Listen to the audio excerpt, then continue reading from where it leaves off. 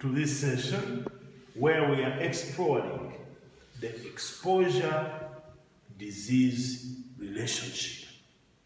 It is so important, especially in this era of epidemics, where you don't know the cause of the condition that may be new. For example, we had HIV around 25 years ago.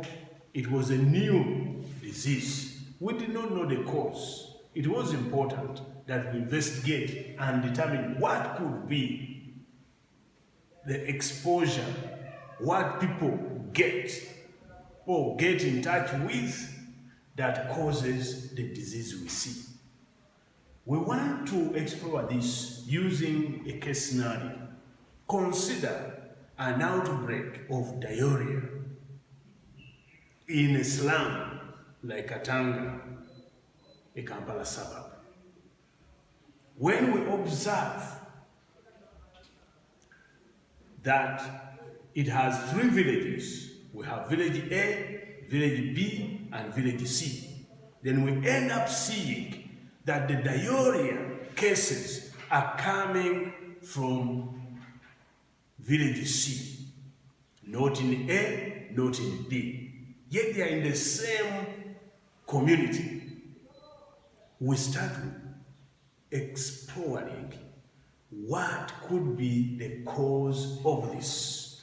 Now, the best way to determine the cause would be, first of all, what we call randomized trial. Randomized control trials, where we get one group and expose it to the suspected cause of disease. For example, if we get water from community C and we end up examining it and finding out that it has cholera organisms in it, when we get that water with the cholera organisms in it and we allow a certain community which does not have diarrhea, we get people in there, we give some that water from the source that is affecting village C, and also give water from another clean source which doesn't have the cholera organisms and give it to another group. Then we observe these 2 groups. We can start seeing that the group that is given the water which is contaminated by the cholera organism are developing diarrhea, typical of what we see in C. Then we can say there is an association between taking water contaminated with cholera and development of diarrhea related to cholera. If we happen to see that those who were in the control group where there is no exposure to the cholera organisms, they don't develop diarrhea, the evidence is enormous. Therefore, if we are to measure the exposure-disease relationship, one strong standard is evidence from randomized trials. Because you are sure the cause you control for other factors, and you only ensure that you expose these people to the suspected cause. When it finally causes the disease or the condition in question, you know that the association is real. Therefore, strong evidence for causal relationship is usually drawn from what we are calling the randomized trial evidence. The stronger the evidence, the stronger the relationship. But whenever we are examining or assessing exposure-disease relationship, we need to be careful in assessing the temporal sequence. For example, we can see that when a person develops cholera and has diarrhea, becomes dehydrated. Once a person is dehydrated, it can finally lead to death. Therefore, we see that the water taken, contaminated, causes diarrhea, and diarrhea causes dehydration. Now, a non-suspecting researcher, epidemiologist, may say that there is an association between exposure to contaminated water and dehydration. This is where the issue can be. It is apparently true that when you get exposed to contaminated water, you'll develop diarrhea. And diarrhea subsequently causes you dehydration.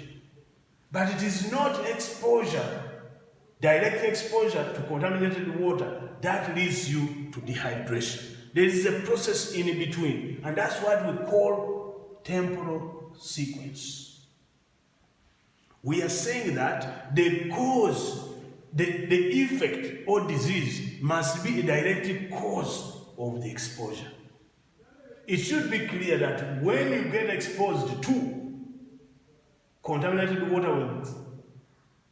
water contaminated with cholera organisms, you get dehydration. But we are sure that before you get dehydrated, there is diarrhea, which finally leads you to dehydration. Now, the temporal sequence is from contaminated water ingestion through diarrhea to dehydration. We cannot relate exposure to contaminated water to diarrhea, to dehydration directly, because there is another step through which you can either get dehydrated or not. Not everyone who develops diarrhea will be dehydrated. Therefore, we must pick the conversation and ensure that the temporal sequence is followed. Is this a direct result of, is dehydration a direct result of ingestion of contaminated water? No. Therefore, the association is not there.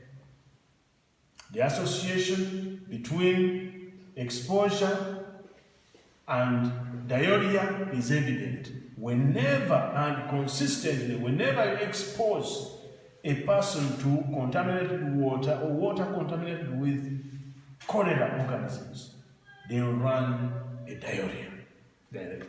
They may not be dehydrated, but some may be dehydrated. Therefore, the temporal sequence is clear with exposure to cholera and diarrhea, not exposure to cholera and dehydration. That is another aspect to note, which is very, very critical. We now look at the strength of association. When you measure the association between exposure to cholera organisms and dehydration, you might find that out of every 10 exposed, only 2 might be dehydrated. For many reasons, because they might be taking a lot of water, they might be not just dehydrated because of the exposure. But you'll see that out of every 10 exposed to cholera, you'll find that almost all, or 99%, develop diarrhea. That means the strength of association is strong. Now, we must confirm the strength of the association based also on elimination of the temporal sequence. It should be in our interest to say that yes, we see a strong association between cholera exposure and diarrhea. And it must be clear that the temporal sequence is also in line, that cholera is directly related, is causing as an immediate effect diarrhea.